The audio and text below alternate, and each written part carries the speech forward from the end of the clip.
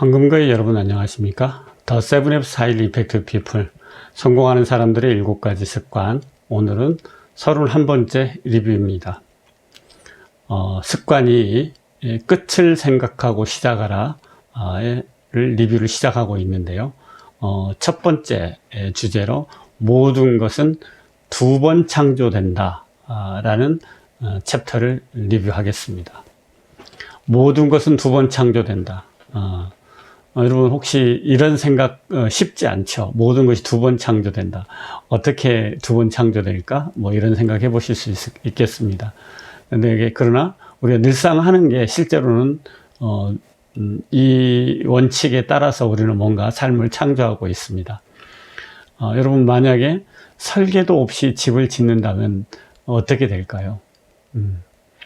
물론 벽돌은 쌓을 수도 있겠죠. 땅을 팔 수도 있고. 그러나 그 집을 완성할 가능성은 거의 없다고 봐야 되죠. 어떤 그 목공을 하시는 분들에게 이야기를 들어보니까 개집도 설계도가 없으면 완성을 하기가 좀처럼 쉽지 않다고 하더군요. 그러나 우리의 인생이라는 집을 지어 나간다라고 했을 때 우리는 정말 우리 자신의 어떤 설계도가 없이 우리의 삶을 작업을 해나가고 땅을 파고 벽돌을 짓는다라면은 도대체 그게 어떤 모양이 될지 또 완성이나 할 수 있을지 우리는 아무도 할 수 없는 그런 상황에 빠져서 계속해서 어떤 시행착오, 지금 나는 어떤 위치에 있고 어디에 가려고 하는지를 전혀 모르는 상태로 살아가는 그런 삶이 되지 않을까 하는 우려를 금치 않을 수 없습니다.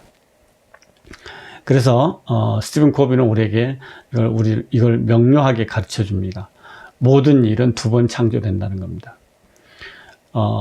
먼저 설계도가 있어야지 그 다음에 집을 짓는 행동을 할 수 있다는 겁니다. 그것과 똑같이 먼저 첫 번째 창조는 뭐냐면은 정신적 창조죠. 목표와 계획을 세우는 것이죠. 목표와 계획을 세우고 두 번째는 실제적인 창조 또는 실행하는 것이죠. highly effective people, 그러니까 고도로 효과적인 사람들은 특별하게 이 첫 번째 창조의 작업에 애썼고 그 첫 번째 창조를 정신적 창조에 기반해서 두 번째 실행과 실체적 창조를 했던 사람들이었다는 것입니다. 서양 속담에 그런 말이 있다고 합니다. 한 번 자르기 위해서 2번 재라. 한 번 잘못 자르면은 그 재료를 망치고 말죠. 그러니 한 번 자르기 위해서는 2번, 3번 재도 뭐 나무랄 게 없겠죠. 잘 가늠해보고 행동해라 이런 이야기. 잘 보고 행동해라 쉽게 이야기하면 이렇게 이야기할 수도 있겠습니다.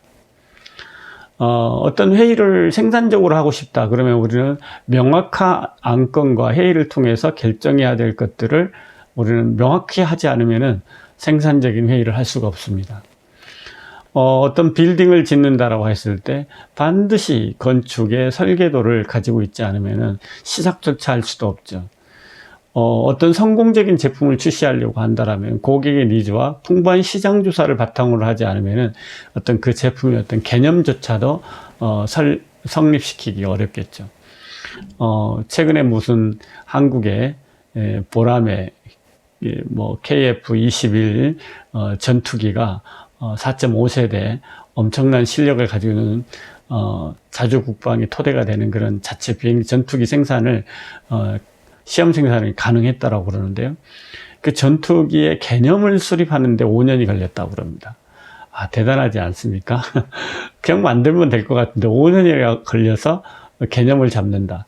그만큼 설계도를 형성하는데 시간을 쏟아야지 결과값이 좋다는 것이죠.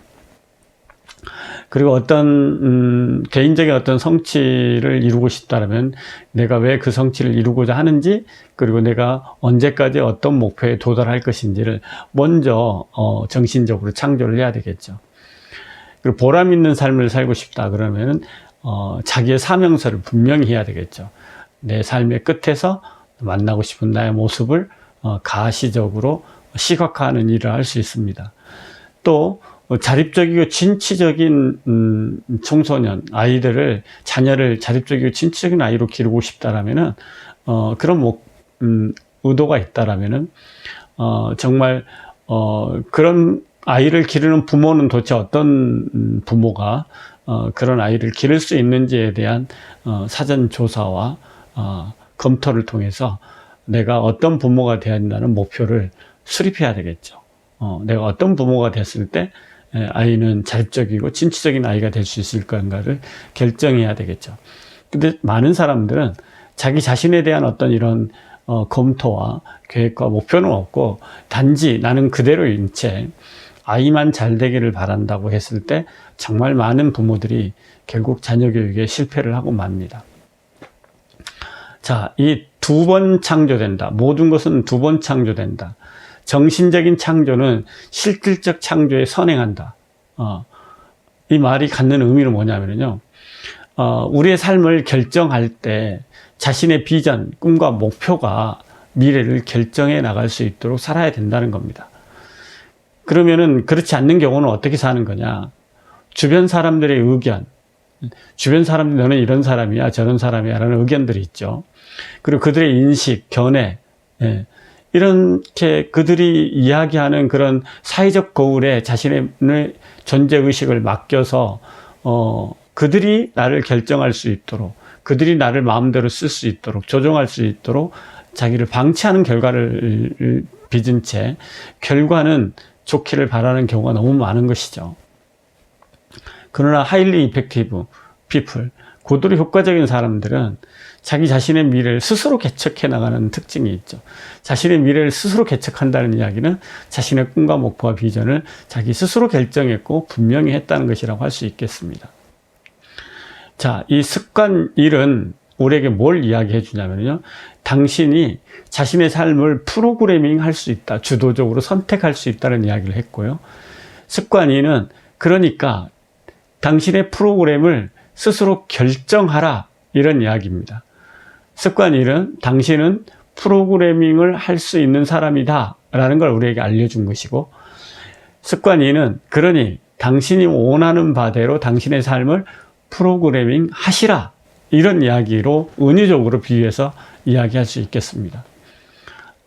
한국어의 여러분, 우리는 모든 것을 창조할 때 정신적인 창조가 실질적인 창조에 선행하는 이 원칙을 깊이 있게 의미해 볼 필요가 있습니다. 뉴 노멀, 팬데믹 시대, 앞으로 또 5G 시대를 넘어서 6G 시대가 열릴 것입니다.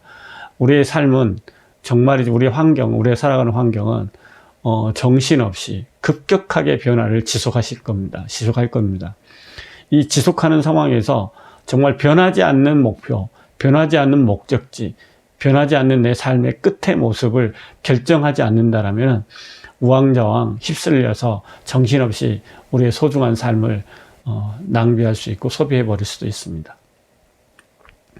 한국어의 여러분, 이 시간을 정말 소중한 시간으로 자신의 삶의 목적지를, 방향성을, 가치관을 정립하는 데 쓰는 그런 소중한 시간이 되기를 바라는 마음으로 또 다음 시간에 뵙도록 하겠습니다. 여러분, 사랑하고 평화를 빕니다. 감사합니다.